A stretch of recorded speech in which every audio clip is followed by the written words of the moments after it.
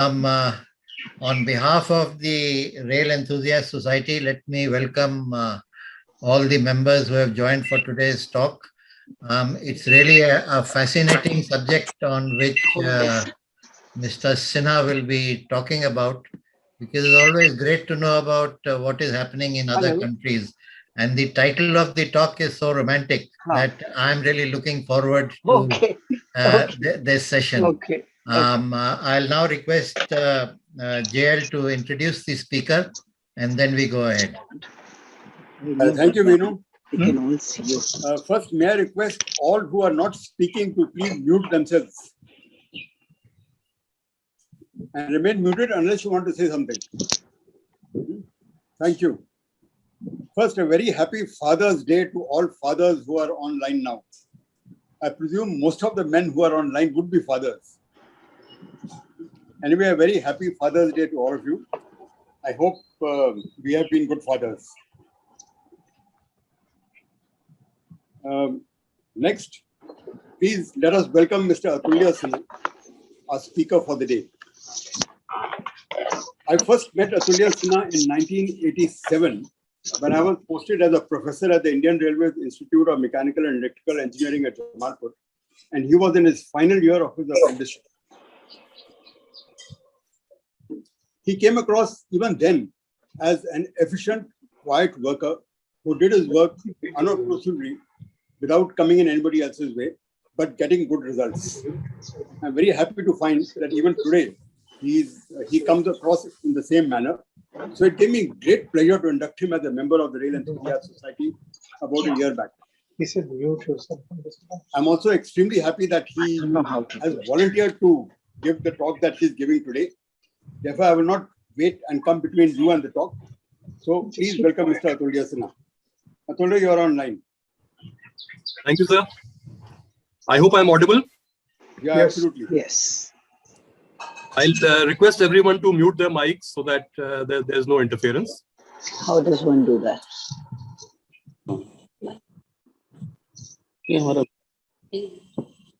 How do you mute the mic? You can mute yourself. There's on the bottom left-hand corner of your screen, there is a mic. Just press it, a line will go across it. It's already muted. It's mute. No, that's get our picture. And wait. On the left, bottom left. If you are on an iPad, then the mute button is on the top right. Oh.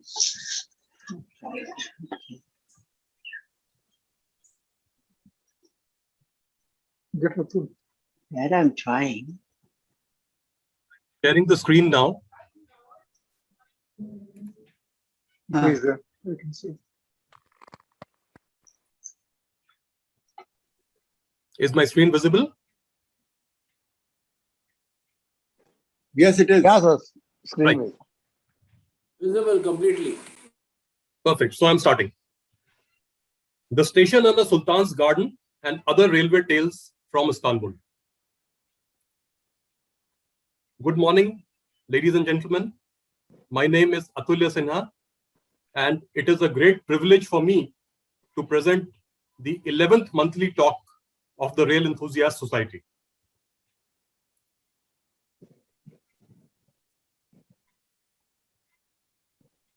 Let me share a little information about myself. I was an apprentice at Jamalpur from 1984 to 1988. I have spent 33 years in the Indian Railway Service of Mechanical Engineers, or IRSME. I have experience of working in 6 zonal railways, apart from DLW, RDSO, and RITES. Here are a few photos of different stages of my career. I am a railwayman by profession, but I am a rail fan by choice. I have tried to take interest in different aspects of railways. And on the top right here, you can see a photograph of mine when I was still at Jamalpur. I'm wearing the khaki uniform of the workshop.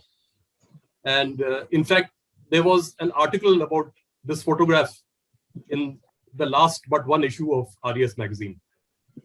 In the lower right photo, you can see a picture of my study at Sonpur, in which you can see books, photos, and models of the different railway products.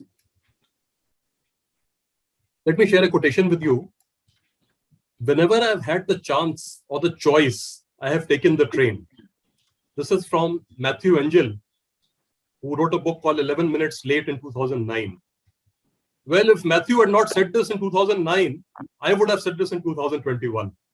This is something which I really believe in, and I have also tried to do in my own way. Just as a doctor cannot be a patient in his own hospital, when I travel on Indian Railways, I don't really get the passenger experience. There's always something which is lacking. That's so to really experience what a passenger feels like. Whenever I've had a few chances in my career to travel abroad, to go to some other country, I have always tried to travel by train there to get the passenger experience. If it's part of the official program, it's fine. Otherwise, I have used my limited funds and limited time to travel by train. You can see pictures of my train journeys in different parts of the world in this slide. You can also see some tickets which I have purchased with my own money and I have preserved carefully. Here's one from Amtrak USA, one from SNCF France, and one from VIA Rail Canada. Now the question is, why Istanbul? With the whole world to choose from, why am I talking about Istanbul? Well, there's a story behind it, a personal story. In the year 2012, my wife and I were traveling to Prague. Why we were going to Prague is a different story. Well, maybe I can tell you in some other presentation. Well, we traveled by Turkish Airlines, and you know these airlines have a hub and spoke system. So instead of taking you from point A to point B, they take you from point A to wherever they are headquartered, and then from that headquarter to point B. So we started very early in the morning from Delhi and reached Prague at around 10 in the morning. We didn't get much sleep that night, and we were dozing on the plane, and suddenly we were woken up and offered breakfast. And we looked out of the window and we saw these amazing sights, the amazing blue waters and buildings. And for the reason which I'll tell you soon, in those days, you could get a very good aerial view of the city before landing at Istanbul. And the same thing happened on the way back. So apart from these aerial views, we had 2 stopovers at Ataturk Airport. And we found it absolutely fascinating, the combination of something modern and something ancient, the skills they had, the food, the language, everything seemed familiar, but yet so exotic. So we thought that this is a place where we ought to spend some time whenever we get the chance. Well, 7 years passed. In 2019, I was working as a DRM and my tenure was ending in April. My son was completing his last semester of law school, and that would be completed in May, the month after that. So we planned the vacation in June. We had a long discussion on where we wanted to go, and ultimately we settled on Istanbul. I tried for a package tour, but finally we made our own plans. And these are some of the books and guidebooks which we use for planning, apart from websites, of course. Well, things fell into place. It was the first time we were going on a vacation abroad, and there were a lot of uncertainties. But let me share this quotation by Emerson. Once you make a decision, the universe conspires to make it happen. So this universal conspiracy occurred, and we managed to reach Istanbul. And it was a very happy vacation. Now, what makes Istanbul so special? Don't just take my word for it. By the way, the picture here, which you see here, is a picture of the Blue Mosque. This is one of the most famous mosques in the world, and it has got 6 minarets. I'm told there are very few mosques which have got 6 minarets. The one in Makkah has 7, and this one has 6. There are very few others with 6. Now, as the fashion of the day, let us start with a celebrity endorsement. Napoleon Bonaparte said, if the earth were a single state, Istanbul would be its capital. Now, why did he say that? What is special about Istanbul? Let's have a look at the history. In 667 BC, Greek-speaking settlers led by the semi-mythical Byzas came there, and they established a settlement called Byzantium. Greeks, as you know, they were not a nation. There were multiple states who used to fight each other. So they kept on fighting, and eventually the Greeks were subjugated by the Romans. And 1,000 years later, in 324 AD, the Roman Emperor Constantine shifted his capital because he found that Rome was too far out of the way. He wanted to be closer to the center of the empire. And so he shifted his capital to what was called Byzantium in those days. And he tried to rename it Nova Roma, which means New Rome. Well, the name did not stick. The capital stuck, but the name did not stick. And they started calling it Constantinople after Constantine himself. Well, another 1,000 years passed. This was the Byzantine Empire. And in 1453 AD, the Ottoman Sultan Mehmed II conquered the city. In Western history books, this is called Fall of Constantinople. But somehow I find this a bit racist. The Ottomans conquered the city.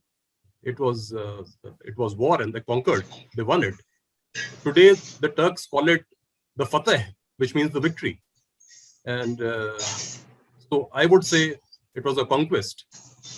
And in 1923 AD, Turkey was declared a republic, and Mustafa Kemal Atatürk became the president. And the capital was shifted to Ankara. So this is the first time in 26 centuries that Istanbul lost its status as the capital of an empire. Well, let's have a look at the geography. You must have heard that Istanbul is partly in Europe and partly in Asia. In this is the satellite picture taken at night. So on the right, on the eastern part, this is the Asian part. On the west is the European part. And as you can see, the city is evenly divided between the two. Let me explain the geography. This is the Sea of Marmara, which ultimately meets the Mediterranean Sea. This is the Bosphorus Strait, which goes through Istanbul. And ultimately, it meets the Black Sea on the north. This is the only exit or entry from the Black Sea. So if this Strait of Bosphorus had not been there, the Black Sea would have been the Black Lake. Now, coming to Istanbul itself, if you see the European part, in the middle, there is this body of water, which is called the Golden Horn, because it's curved like a horn. Now, this is very important because this provides a natural harbor. This portion is rocky. So it's the perfect place to build a fort. And plus, you have a natural harbor here.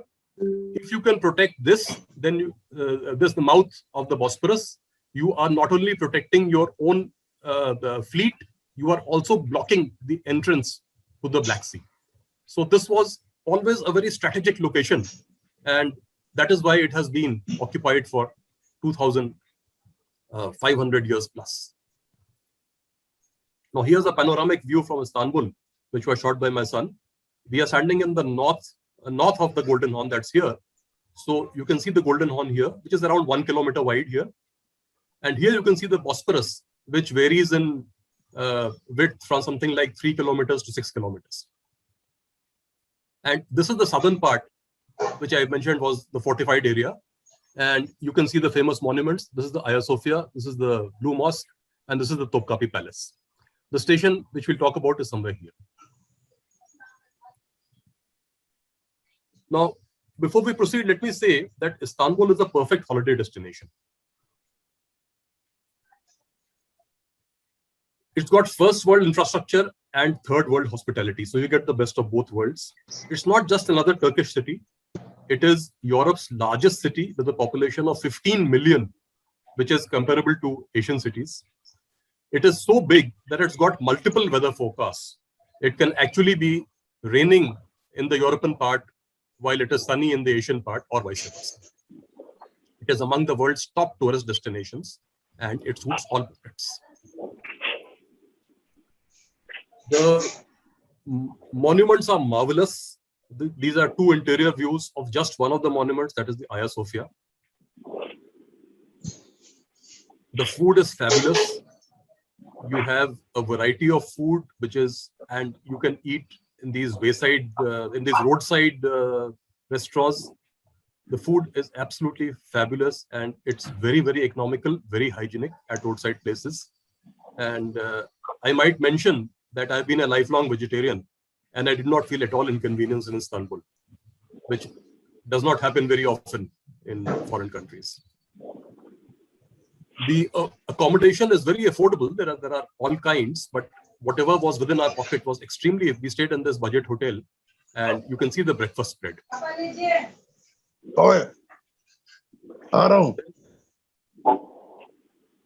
Let me show you the views from the windows from our room. To the south, we were able to see the Sea of Marmara.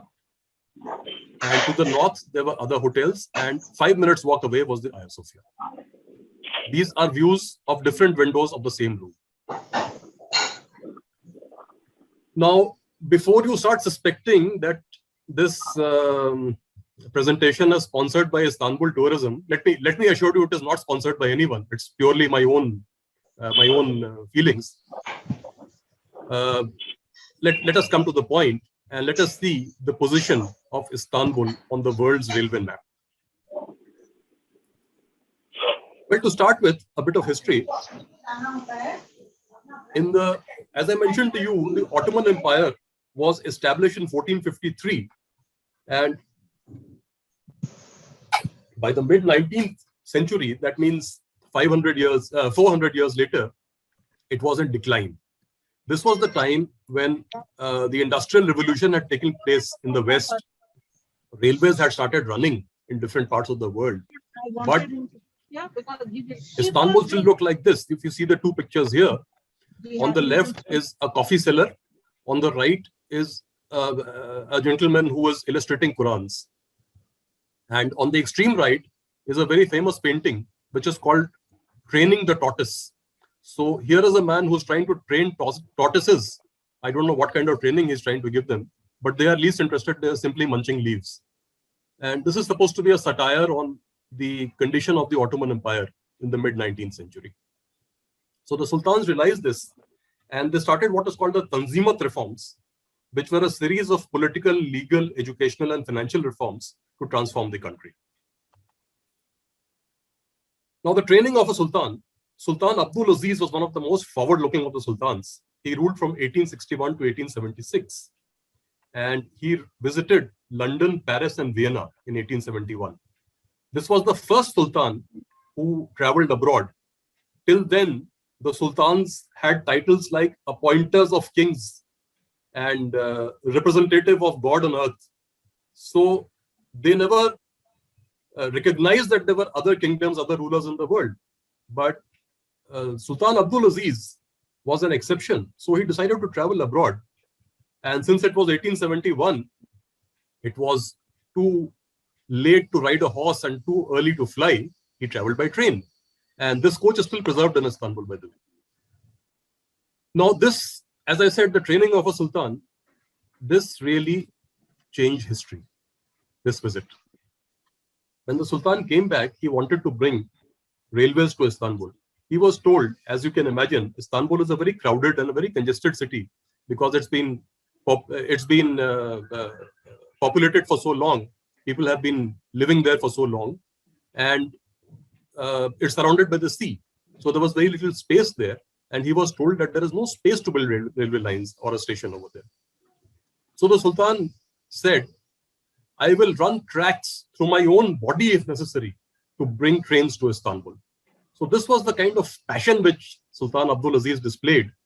And I think one of these days I'm going to frame his picture and put it up on my wall, because I think he's an icon for all rail fans. Right. So if we move forward a bit to what is called the golden age of rail travel. Now, this was between the two world wars. You can see the place of Istanbul in the world railway map. It was connected to all the major cities of Europe, starting from London, Paris, Dijon, then you have Milan. Venice, and so on. And they were all connected to Istanbul. On the Asian side, you can see it goes to Ankara, and then it goes to Aleppo, and it continues to Baghdad, northwards to Tehran, goes to Basra. From here, you can sail to Bombay, and it goes south to Jerusalem and even Cairo. There were some breaks where you had to travel by road, but still it was a fairly elaborate train network. And what is interesting is that there are two stations which you see here, one on the European side and one on the Asian side. Now, what is interesting is that these remained separate. There was never any rail bridge or tunnel connecting Asia and Europe. So if you were going from Asia to Europe or vice versa, you would have to get off at one station, cross the road bridge or cross by boat, and then take a train from the other side. Right. Now, I promised to tell you about the station on the Sultan's Garden, which is the title of this presentation. And this is what it looks like. The Sultan owned a palace called the Topkapi Palace. This had extensive gardens known as Gulhane, which is similar to the word Gulshan, which is familiar to us, which literally means rose house. So Sirkeji Station, it's spelled with a C but pronounced J. So Sirkeji Station was built there in the 1880s on the northern edge of Gulhane, facing the Golden Horn. And what remained of Gulhane eventually became a public park in 1912. So what you see here is the park today, which was originally a Sultan's Garden. Part of it, as I said, became the station, and part of it is still a park, which is a public park now. This is what the station looks like. This magnificent building is the Sirkeji Station. It appears curved in the photograph because it's a wide-angle fisheye lens. In fact, it is straight. The front is straight. What you see here is, interestingly, two clock towers, perhaps to symbolize that this is the meeting place of Asia and Europe. More about Sirkeji. This is an Oriental themed building with twin clock towers and round stained glass windows. It was designed by the German architect August Jasmond. It was completed in 1890 and it replaced the earlier wooden structure. Sadly, there are no mainline trains in Sirkeji now, and I'll explain the reason shortly. Meanwhile, across the Bosporus, as I said, there was another station on the Asian side. Across the Bosporus, there was Haider Pasha Station. Now, this is how it's spelled, but this is how we pronounce it, Haider Pasha. This is right on the Bosporus. You can see how close it is to the sea. The only other station which I have seen like this, which is so close to the sea, is the one at Venice. I have not seen any other station which is so close to the sea. This is the interior of Haider Pasha.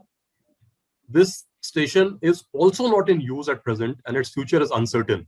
And I'll just tell you why. If you have a look at the local transport network of Istanbul, you will find metro lines, tramways, funicular railways, cable car, ferries. And most important is the Marmara project. Now, if you see on the south of this, here is a line which goes like this, goes like this, and goes like this purple colored line. And it hits Sirkeji here, then it crosses the Bosporus. It's an underground tunnel which was never there earlier. And then it continues on the Asian side. This total thing is around 70 kilometers long. And this includes an undersea tunnel. But the cost which had to be paid for this is that the lines around Sirkeji had to be dismantled. So Sirkeji does not have any mainline trains at present. And Haider Pasha fared still worse because now it is isolated. The line is far away from this, and therefore Haider Pasha is totally isolated.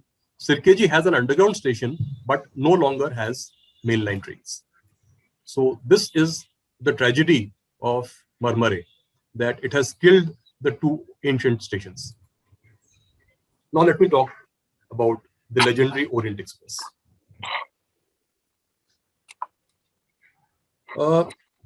The Belgian entrepreneur George Nagelmakers started this in 1860s. He had visited the USA and he wanted to provide long distance trains in Europe also. But in Europe, the countries were so small that if you wanted to provide long distance trains, you had to negotiate with different governments and face different technical and commercial constraints. For example, when he started this company, the Wagon Lee as it's called, he made a rule that every employee must speak at least 3 languages. Then they had very complicated rules for alcohol because you cannot carry a half-opened bottle of alcohol from one country to another. So they had different cabinets for each country. So if you had a half-opened bottle in France, you would put it back in that cabinet and lock it as when the train crossed France and entered Germany. And then you would open another cabinet for serving in Germany and so on. So there were a lot of issues. But Mr. Nigel Mackers, who was very rich and very influential, managed to resolve them. And ultimately, he started this Orient Express, which is called the Magic, which he used to advertise as the magic carpet to the East. It eventually ran from London to Istanbul via several different routes. The initial route was somewhere here. You came to Bucharest and you came up to the coast and you took a boat here. But in 1889, it reached Istanbul for the first time on this southern route from Belgrade, Sofia, and finally to Constantinople. This is what the train is supposed to have looked like. And here is a description of what happened in 1889. Suddenly the air was filled with whistles and the clatter of steel as the new iron visitor ground to a halt. Applause and cheers arose. Just 68 hours earlier, this train had lurched out of Paris's Gare de l'Est, sped across Europe, and now deposited its passengers in Constantinople's newly built Sirkeci station. At long last, the Orient Express had arrived. Now, this was a historic event. This was called the King of Trains and the Train of Kings. From the beginning, says Christian Woolmer, a high standard of comfort was assured. The first coaches accommodated 20 people each and had a salon for the ladies and a smoking room for the gentlemen with red plush armchairs. This is a view of the dining car. Now, there's a lot of history involved with the Orient Express. It was stopped during the First World War, and Marshal Foch, the elderly man which you see here, he eventually became the head of the French army. So he had established himself in 3 railway carriages of the Orient Express and ordered another one, number 2419, to be equipped as an office, in which the armistice was signed on 11th November 1918. We all know that the First World War started in Sarajevo when the Archduke was assassinated. But how many of us know that the First World War actually ended in a railway carriage? And this is that carriage, number 2419, in which the armistice was signed on 11th November 1918. The story doesn't end there. This carriage was carefully preserved by the French as a symbol of their victory. And in the Second World War, when France surrendered to Germany, Hitler ordered that this carriage should be moved out of the museum, and the French army was compelled to sign their surrender in the same carriage. Well, a few years later, when the Nazis were sure that they are going to lose, they blew up this carriage. So this carriage no longer exists, but another carriage of its batch has been preserved as a memory of this history. Now, the Orient Express has inspired a lot of fiction. Here are 2 which I read recently: Istanbul Train by Graham Greene and Murder on the Orient Express by Agatha Christie. These are very well known. And these are slightly trashy. Eric Ambler, The Mask of Dimitros, and Anne Fleming from Russia with Love. There are lots of others also. We'll come back to Orient Express later. Murder on the Orient Express later. Now, Sirkeci Station today, what do you see if you go as a tourist? First of all, you see this little steam engine, which is supposed to be one of the original steam engines which pulled the Orient Express. Now, Sirkeci, as I said, is a station without trains. It is a beautifully preserved heritage building. It has got a restaurant, it's got waiting halls, it's got souvenir stalls. It's a local transport hub, as you can imagine, any railway station would be. There are fantastic tourist amenities in the vicinity, but there are no trains on the surface. There is an underground station underneath this, as I mentioned, but there are no surface trains. This is the interior. Magnificently preserved building. It was built in 1890, so it's 130 years old. But see how beautifully it is preserved. The first picture on the left is a view of the waiting room. The middle picture is part of the ceiling, and the second picture is the third picture is me and my wife sitting on the platform and just enjoying the view. Now, this is an old picture. This is not one of mine. This is an old picture in which you can actually see train standing here. Now, the doubt which crossed my mind was that Orient Express was a very long train. How did it manage to come on this platform, which doesn't seem fit for more than 8 or 10 coaches? The platform seems too short for such a long train.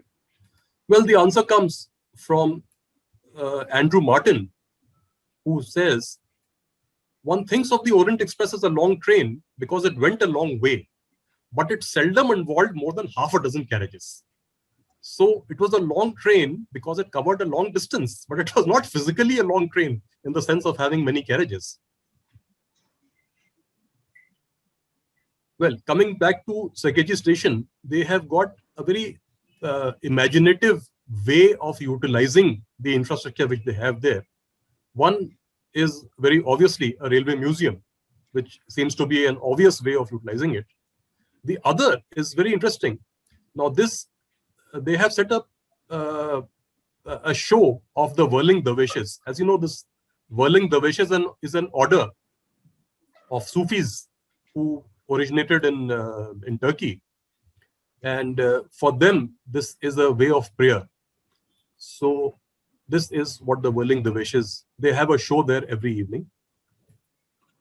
First, you have musicians with traditional instruments. Then, as you can see, the musicians are seated here. The performers come. These are the actual whirling dervishes. You can see people sitting all around, and you can see the magnificent hall in the background. And this is what the performance looks like. This is the middle of the performance. It takes time to build up, but in the middle of the performance, this is what you would see.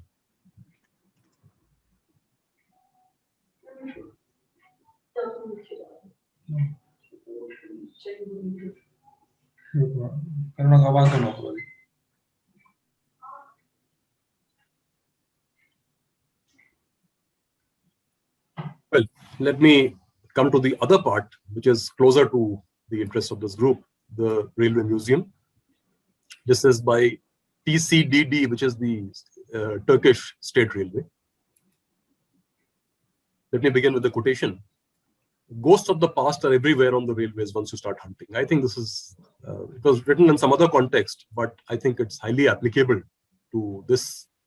What you see here in the middle is a cut section of a cab. Then all around, there are different relics from the Orient Express. Relics of the Orient Express. There's a lamp mounted on the wall. There is a mannequin wearing a conductor's uniform. He is holding something in his hand, but I don't know what it is. There is a carved berth. You see the beautifully carved wooden berth here. And there's an old suitcase lying on it. There's an indicator lamp. There is a fire extinguisher and a steel sleeper, which is partly visible in this picture. So this is the kind of thing which they have in this museum. There is an antique desk, a station master's desk with a carved chair. There's a control phone on this. There's a table fan. There are photographs and registers. This looks like a laptop screen, but it's not. It's a group photo. Around the museum, you have control charts. You have these identity cards. You have posters. You have cutlery and lots of other stuff. Now, here is a video which was recorded by my wife. And for some reason, she has added her own commentary. So please listen.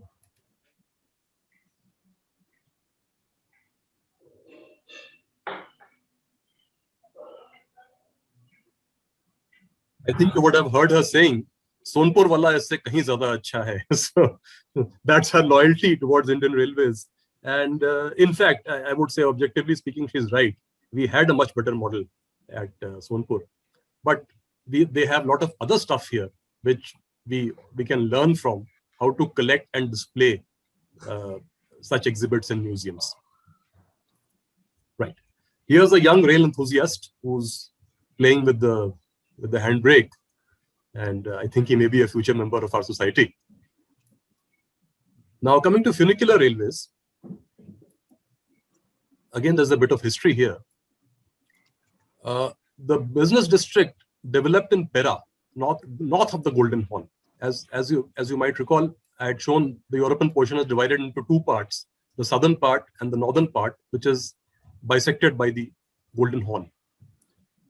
Now, Pera is a word which seems familiar because it is linked to par, which is Hindi for across. So, across the Golden Horn, this area of Pera developed as the business district. The Grand Rue de Pera became a sort of promenade for European visitors, which is the picture which you see here on the right. It is still a premier shopping destination, by the way. But this is very similar to the malls which we have in our hill stations. I don't mean the shopping malls. I mean the mall roads which you have in, say, Shimla or Mussoorie. This is very similar to that. A promenade with the shops on both sides. And nearby, you have banks, churches, luxury hotels, and so on. But please have a look at this lower picture.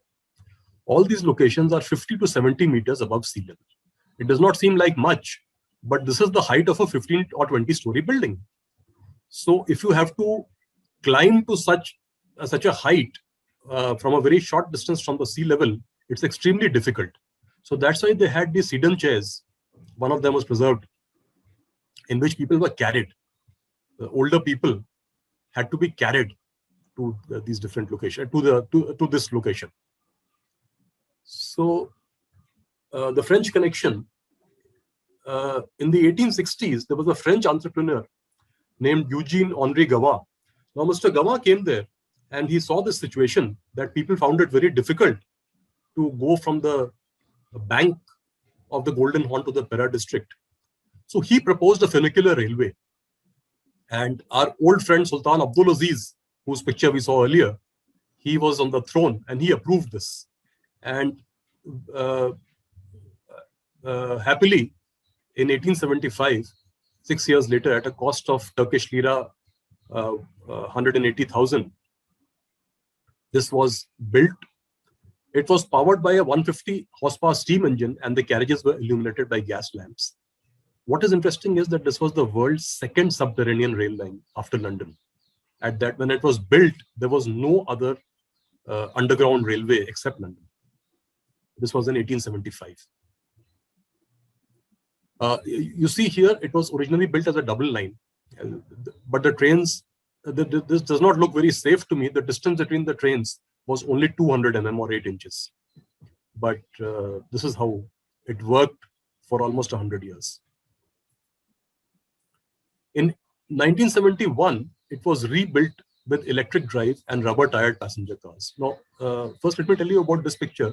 This huge wheel which you see here, this pulley, this was linked to the original steam engine. This is a dummy now, but it's been preserved.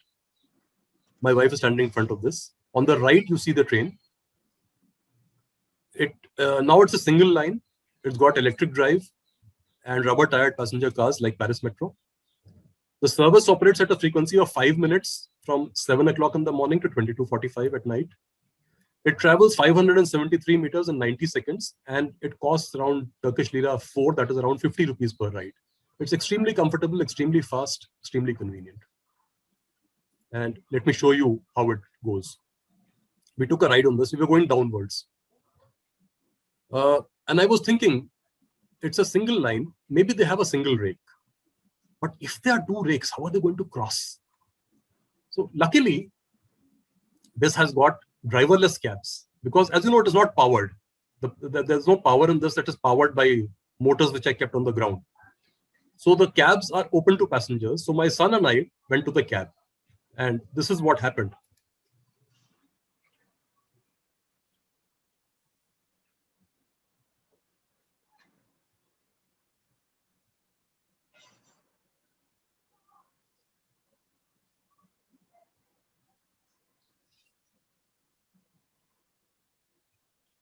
So halfway down, they have a loop, a permanent loop, the track splits into two loops and the trains cross over them. And it's only 90 seconds. 90 seconds later, you reach the other platform. You reach the other station. Now, let me share the other half of this. Now, what I showed you was this from Tunnel to Karakai.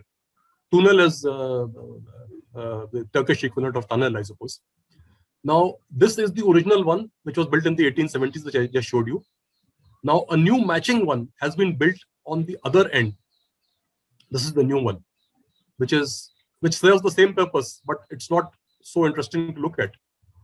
And this, the black line which you see here, the upper line, is the route which I mentioned to you was the Grand Rue de Pera, which has now become the Istiklal Kadesi, or the main shopping center. And this has a nostalgic tram which runs along this. We'll come to that a little later. So you can see the whole scheme here. This is the tram route. Then you have one funicular railway here, another funicular railway here. You have a tram route connecting this, and then you have a metro connecting this taxi.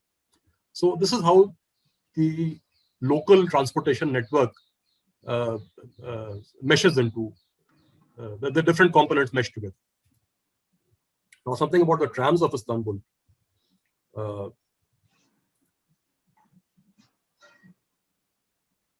Now, what is interesting about trams is that the concept of what is modern and what is not modern has changed over the years. In the 1860s, they had horse-driven trams in Istanbul, like many other cities of the world, including Calcutta. There were horse-driven trams, and they were considered the most modern things in those days.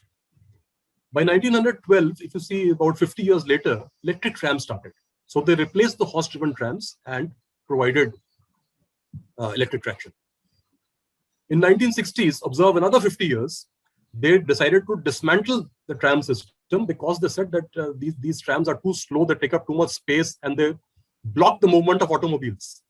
So they dismantled the tram system in the 1960s. Another 30 years passed. In the 1990s, they realized that trams are the way to go. So again, the concept of modern changed. And in the 1990s, they set up this modern 750 volt DC standard gauge track network, which you can see here, the interior of one of the trams. And on the right, you see another small picture, which could be anywhere in Europe. It superficially, it seems that could be anywhere in Europe, but just have a look.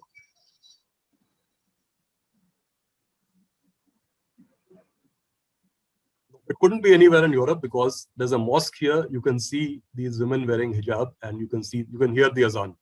So it has to be Istanbul.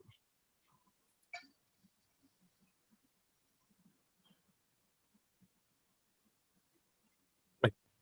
Now we come to, as I mentioned, that there is a heritage tram which runs along Istiklal Kadesi, or the old Grand Rue de Pera. This is the shopping area.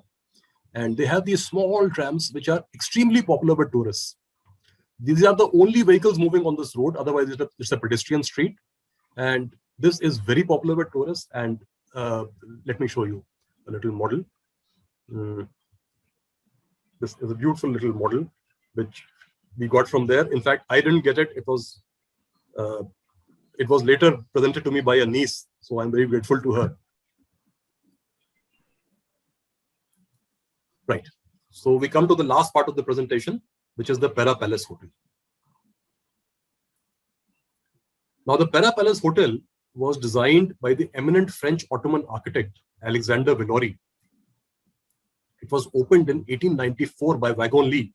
Now, Wagon Lee, if you remember, is the operator of Orient Express and many other luxury trains. They opened this hotel because they wanted a place for their customers, their passengers to stay. So it attracted luxury segment clientele, and it accommodated the company's own office and agents. So it was a sort of rest house for the railway company.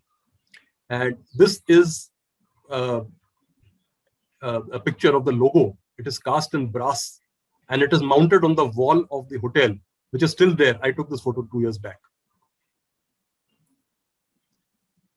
Now, Pera Palace became Istanbul's legendary hotel. It was famed for its celebrity guests and spies. Now, there's a reason why there was so many spies in Istanbul. The reason is that in the First World War, Istanbul, or rather Turkey, sided with Germany. In the Second World War, when it became a republic, Turkey decided to stay neutral. Because it was neutral, it was a place where spies from both sides used to meet and interact. And Pera Palace was one of their favorite hangouts. Here's a book which is on my reading list. I have not read it yet, but it's called Midnight at the Pera Palace and the Birth of Modern Istanbul. It's by Charles King, who's a respected historian. It's not fiction, it's history. And it talks about the conspiracies which took place centered around Pera Palace. They have rooms named after celebrity guests. It was refurbished between 2006 and 2010. And unlike the Orient Express, it is still operational. Now, this is very remarkable because all the other things which I have shown you in this, the stations, the trains are no longer there, but this hotel is still there. This is what it looks like. My wife and I are enjoying a tea break at Pera Palace. Here's one of the paper napkins. I found it very, very attractive, so I've picked it up as a souvenir. Here is a quotation. So this is the interior. And here is an author, Andrew Martin, who writes, I found it flawlessly stylish. A soft focus film set of silver chandelier light, white marble, burnished brass, and rich red turkey carpets. That's exactly how it is. Now here is a mysterious guest who used to stay at Pera Palace. She says in her autobiography, this smart young lady, all my life I had wanted to go onto the Orient Express. When I had traveled to France or Spain or Italy, the Orient Express had often been standing at Calais and I had longed to climb up into it. As you might have guessed, this young lady is Agatha Christie. We think of her as old, but she was young once. Unlike her famous creations, Miss Marple and Hercule Poirot, who were always old, Agatha Christie herself was young once, and this is what she wrote. Most assuredly, as Poirot would say, Agatha Christie was a rail fan. She has written a number of books which are focused around trains. One is 415 from Paddington. There is The Mystery of the Blue Train, featuring Hercule Poirot, and again, Murder on the Orient Express, the most famous of all, written in 1934. We'll come to this book in a moment. Now, Christie at Pera Palace, she frequently stayed in this hotel between 1926 and 1932. This is documented. What is not documented is in which room she stayed and what exactly did she do there. The hotel claims that she used to stay in room number 411, and they have decorated this with a lot of pictures of Agatha Christie, antique furniture, an old typewriter, which you can see here. And they charge double the rent. They charge double in this room compared to their other rooms. And incidentally, they also have rooms named after other celebrities, but this is just one of them. But what I find interesting is that Mr. Parker Pyne, another Christie character, he visits Istanbul on one of his stories, and he stays at Hotel Tocatlian. Now, Hotel Tocatlian was also a real hotel, and it was a rival of Pera Palace, not as good. It was established by a gentleman who belonged to a place called Tocat. So he was called Tocatlian as a person belonging to Tocat. And his hotel was also ultimately called Tocatlian. So while Christie herself stayed here, her character stayed in Tocatlian, which brings me to the parting thoughts. Now, in Murder on the Orient Express, this book, which I just mentioned, Hercule Poirot boards the Taurus Express from Aleppo, planning to stop at Istanbul for a few days. He arrives at Heather Pasha station and goes to Hotel Tocatlian. But before he can check in, he receives a telegram asking him to return to London immediately. He requests the hotel staff to book a berth for him on the Orient Express, starting from Circegi later that evening. Then Poirot enters the hotel restaurant for dinner, where he meets an old friend, Monsieur Bou, who is also traveling on the Orient Express. Now, this is what happens in the first 2 or 3 chapters of the book. Why I'm quoting this here is because if you haven't read it, I request you to read the book now. And if you have read it, please reread it, because you will find there are many things here which we have talked about today. There are two trains here, the Taurus Express on the Asian side and the Orient Express on the European side. There are two stations which I mentioned, Hyder Pasha and Sirkeji. And there are two hotels which I mentioned. One is Hotel Tocatlian and the other is Pera Palace. And now finally, there are two unsolved mysteries for everyone in this, everyone who's listening. Why did Monsieur Poirot intend to stay at the Hotel Tocatlian? Because Pera Palace was the natural place for someone who was traveling by Taurus or Orient Express. Pera Palace was the natural choice, and Poirot was a man who was fairly well-to-do, and he was a man of good taste. So I would have expected him to stay in Pera Palace. What is even more surprising is that Monsieur Boo, whom he met in the dining hall, was a director of Wagon Lee, the company which owned Pera Palace, and he could have stayed there for free. But he was staying in Tocatlian and checking out when he met Poirot. So these are two questions I don't have the answers. So I'll request everyone to find out and think. Well, that's all. Thank you very much for enduring me and traveling all the way. My heartfelt thanks. This comes to the end. I have taken a little longer than what I was supposed to. I apologize for that. Thank you. Very great. Absolutely superb. Thank you very much. Maza aa gaya. Thank you very much, Maza aa gaya. Atulya. In fact, I would say that even if you had taken more time, it would have still been worth it. Thank you so much, sir. I really appreciate the way you have combined history, geography, tourism, literature, name it, but yet it has remained a rail fan stock. I mean, all these items have been intertwined into what I would call rail fanning. I'm sure all the people who have witnessed your talk would agree with me. Thank you very much. It was certainly an extremely good talk. I do hope Now, if there are any questions or comments, I'm sure Atulya will be ready to answer. before can I say that we would all love to have a copy of this on our website or somewhere where we can download. Because this is really fascinating. This is a special request. Like to go back to it again and again. Atulya ji, thank you so much. Such an engrossing presentation. My only question is, did you find any Indian connection to this whole story? No, not directly, but as I mentioned, Nicole. Nicole?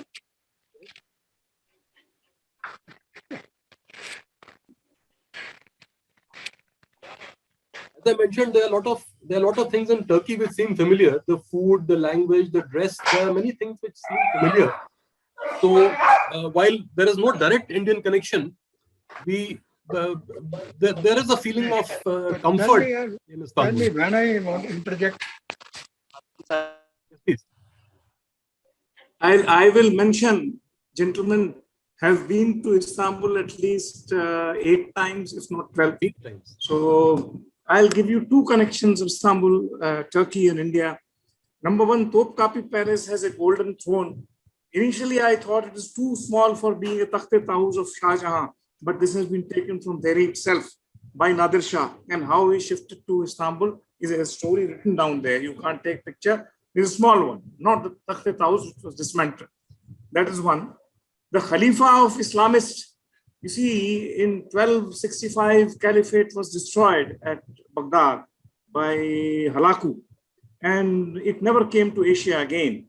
It was shifted after 5 years to Egypt, and from there, the Salim took it, destroyed the Khalifa and took it to Istanbul, which is Europe. Asia में caliphate 1265 के बाद Genghis के सन ने जो destroy किया, उसके बाद Asia में ISIS का अब 2011 में आया.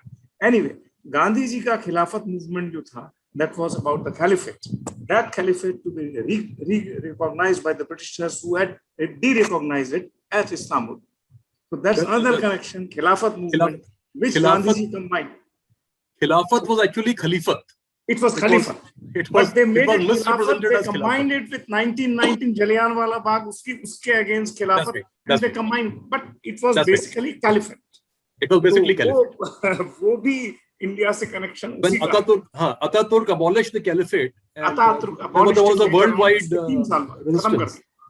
This And that was part end of of it. caliphate. Yes, yes. Thank you so much. Atulya, you can Right. remove your presentation so that you come onto the whole screen. May Meera I Prasad has raised her hand.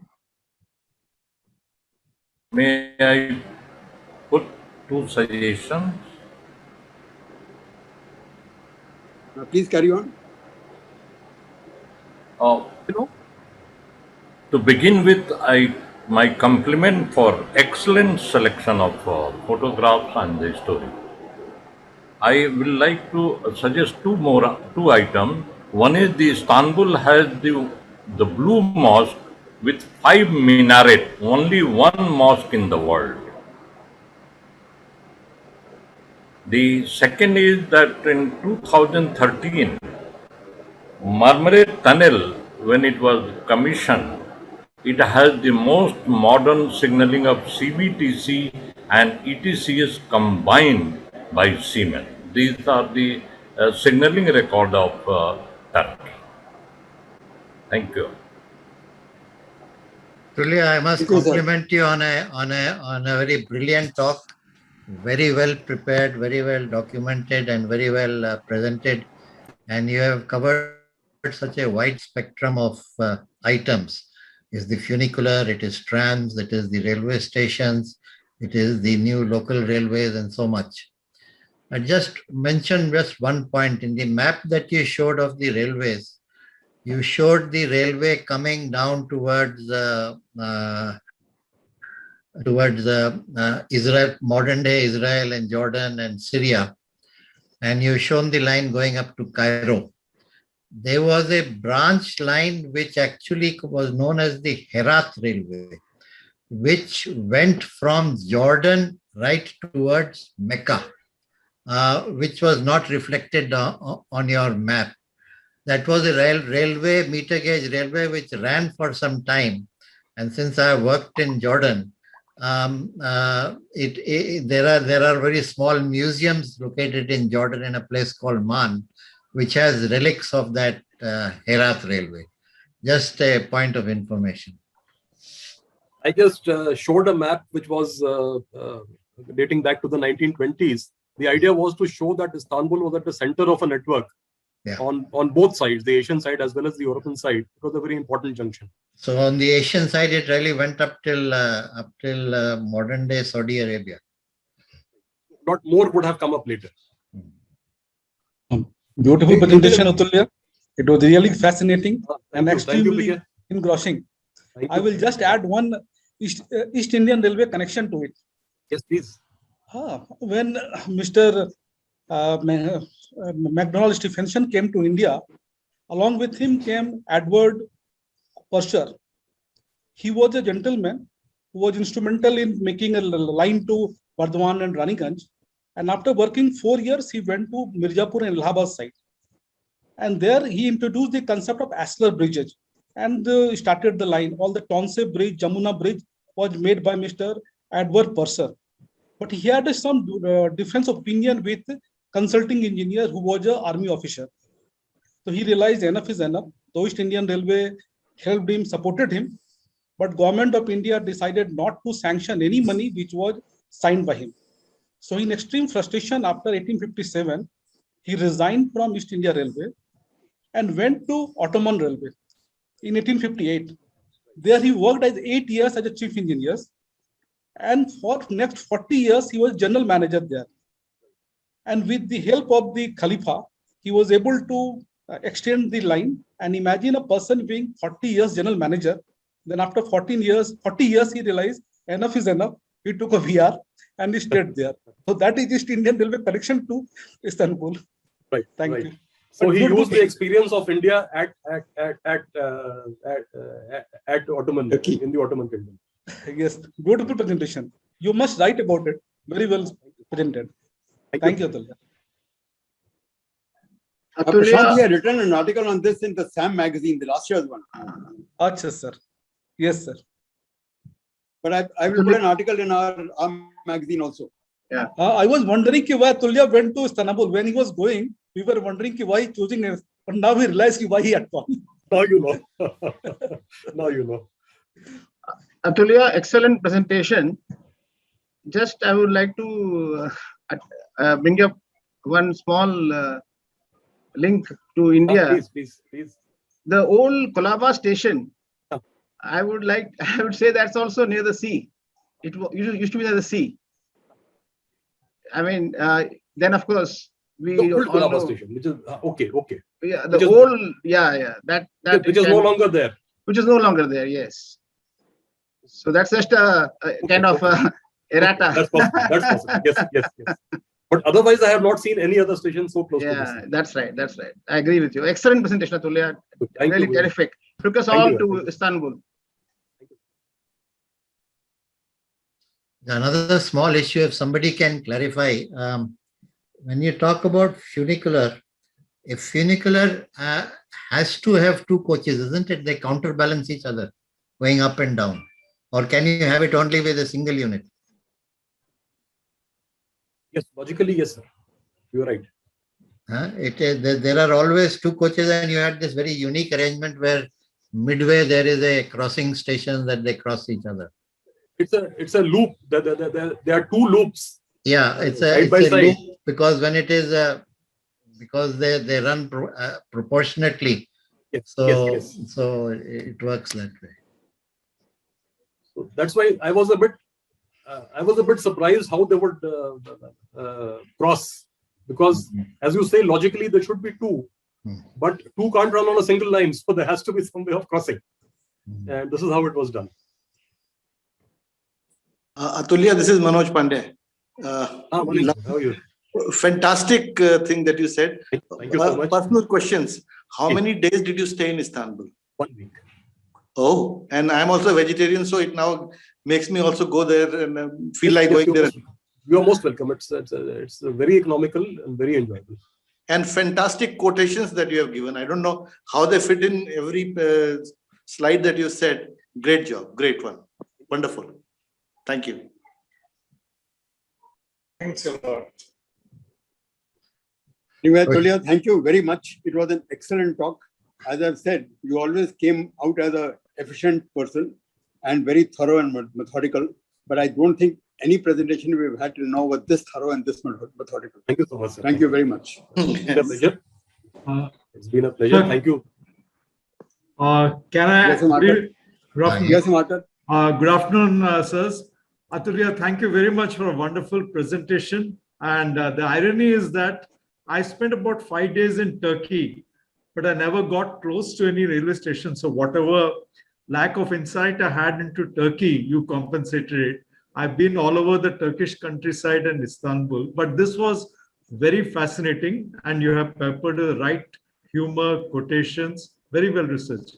Keep it up. Thank you so much. Thank you so much. I'm so happy I could make it. I just came back. I'm glad to see I you thought here. I'd miss it. That's why I sent a special note to you in the morning.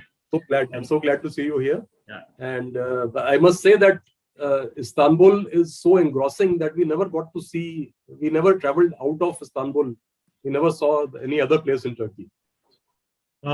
Yeah, I mean, it's if you've seen Istanbul, you've seen half of Turkey, but then the other places, Cappadocia, Ephesus, and all, that depends on your taste in history, European history, and others. But then, in fact, if you, I'm sorry, if you see Turkey, then 97% is in Asia and only 3% is in Europe.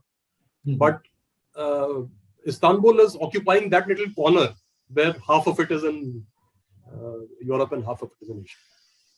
And it's in a corner of the country. And food-wise, vegetarians need not worry at all because the Mediterranean food is so healthy. You'll have absolutely no problem. Everything is so fresh there. Everything is so fresh and it's so affordable. It's so tasty, so hygienic. So it's. Right, then shall we call it a day? Yeah, I think so. So, Certainly, sir. Thank you. Thank you so much. Thank you once again for Thank you. everything. My pleasure, And sir. Thank you so much. And thank you all the participants who have joined us today. Nice to meet, and we look forward to meeting you again next month. Thank you. Thank you. Thank you very much, sir. Thank you.